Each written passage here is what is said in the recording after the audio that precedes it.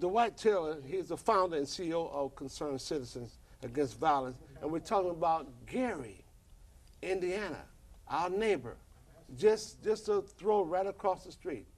Gary, first of all, let's talk about, give us an update on this and what occurred, Mr. Taylor, what occurred with this 13-month-old child? Okay. Look at that camera. Okay, boys, as you stated, January 28th, 13-month-old Josiah Shaw was strapped in his car seat with his mother, Kawana.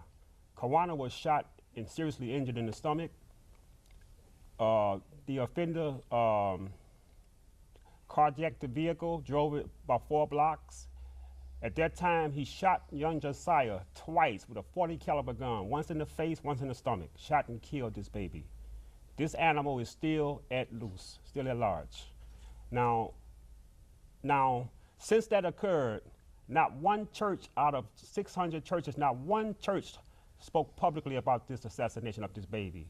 Not one church offered any reward for this baby. Not one church has done nothing for this baby, nothing at all.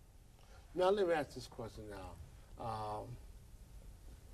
Now this happened on January 28th.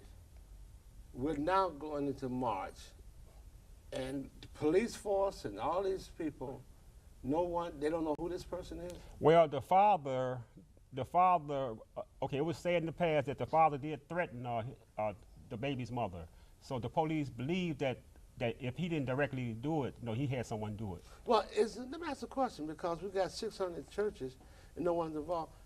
What's the race of the child? The ratio of the race. Oh, black. Oh, black. Oh, well, then we can forget about it then, Okay. Yeah. Let me talk with you for a moment. Then I'm going to bring each of you in. Let's talk to Ms. Simpson. You're the administrator. Now, we're talking about this issue. What's happening there? There's nothing happening with this issue. The churches, they're not doing anything. The politicians are not doing anything. We have other organizations that something like Save the Family Forum that's not really productive in the community. So we have a black child that's been killed in Gary, Indiana. Don't value the life, don't care. Let me bring Ms. King. Ms. King, you have a unique situation as well. Yes. Tell us the situation that you are currently involved in. Look in that camera and tell us about your situation. August 6th, my son was wrongfully convicted of murder of this James Baker. And at the time that my son was charged with this crime, he was already at the police station the night the young man had gotten killed. My son was 48 blocks from where the young man had gotten killed, but they never investigate this young man murder. As far as I know, that his sisters had got into a fight that night on 4th and Tyler with 300-some kids at this party. My son was not at the party. No one knew him. My son was in the car with 4 more guys. The driver was 18. It was a 16-year-old, 2 15-year-old, and my son was 15 at the time, too. My son, the only one out that whole car that been charged, convicted for a crime he did not commit. So has he been sentenced yet? Yes, they sentenced him. They sentenced him in August of 06. 06, and what did he get? He got 45 years. 45 years, 15 years. Let me bring Dr. Russell into this. What are we hearing here? We hear about this in Chicago. This is the typical posture of the American government as relate to African Americans. Simple as that, sir. This is only a prototype of what takes place throughout America or throughout the world when it comes down to African Americans in terms of the matter. Let me ask this question. Now let's move on. The quality of life for Gary residents. What's the quality? Now, what's the racial makeup of Gary? For folk at home would know what we're dealing with. Okay, Gary is about 92% black. We have a police force that is 56% white. That should tell you something about the mindset of the people of Gary.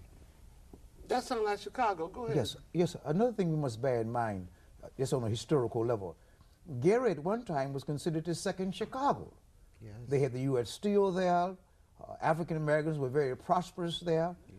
But when the mayor came in, I think the mayor Hatchett came in and taught this certain level of radical behavior. Anytime you speak anything of any level of truth, they consider that radical behavior in terms of the matter. Now, Mayor Hatcher was what? He was African American. Ah, he's the first Yes. African American mayor. Exactly, exactly. In one of the big cities. Exactly. And when he Correct. began to form this consortium of black leadership throughout the United States, the European Americans began to move out major corporations. One of them was the U.S. Steel, concerning the situation, to bring about a plight and a blight of the African American community as relate to Gary, Indiana. And that brought about the demise of Gary, Indiana as being a very strong economic power. Now, Brother Dwight, now your organization, the Concerned Citizens Against Violence in Gary, you've been working with, just working your butt off out there to try to get things changed. And I hear in the newspaper a lot of corruption.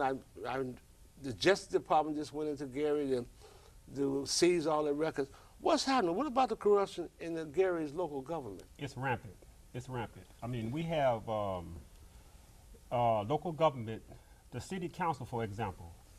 5 members of the Gary City Council voted on a baseball stadium, which is about now 7 years old, 7, 8 years old, which the city of Gary benefit not one dime from that baseball stadium. The former mayor, Scott King, and his law partners, they own that baseball stadium. All we do is pay for the NIPSCO bill, security bill, that's it. We benefit at all from that baseball Now, stadium. who is Scott King? The former mayor, What is his race? White. Oh! That's right. That sounds like Chicago. Oh, my God. Go ahead. Another thing you must bear in mind, too, they have a very strong Irish mafia connection as relate to the political structure of Gary, Indiana, which is typical behavior what we have here in Chicago. That sounds like Chicago, New York, California. Exactly, sir. The Irish connection. It's typical. Exactly. You wanted to chime in on this? Exactly. Now, let me ask this question. Economic development in Gary. The steel mills are gone. Are people working now? What's happening? Well, that's part of the problem. As a matter of fact, that's a major part of the problem. Young people have no jobs. Now, there was a major moves deal that was supposed to hire many young black people there in Gary. What happened, the state legislators and our state legislators, somehow they called all the young people down to City Hall for applications. They came down there, they were disappointed. The major moves became a major mess, and that's what's going on, like I say, as far as the corruption in the city of Gary. The politicians are all tapped with corruption, and then it just trickle on down to the local government. Ms. King, what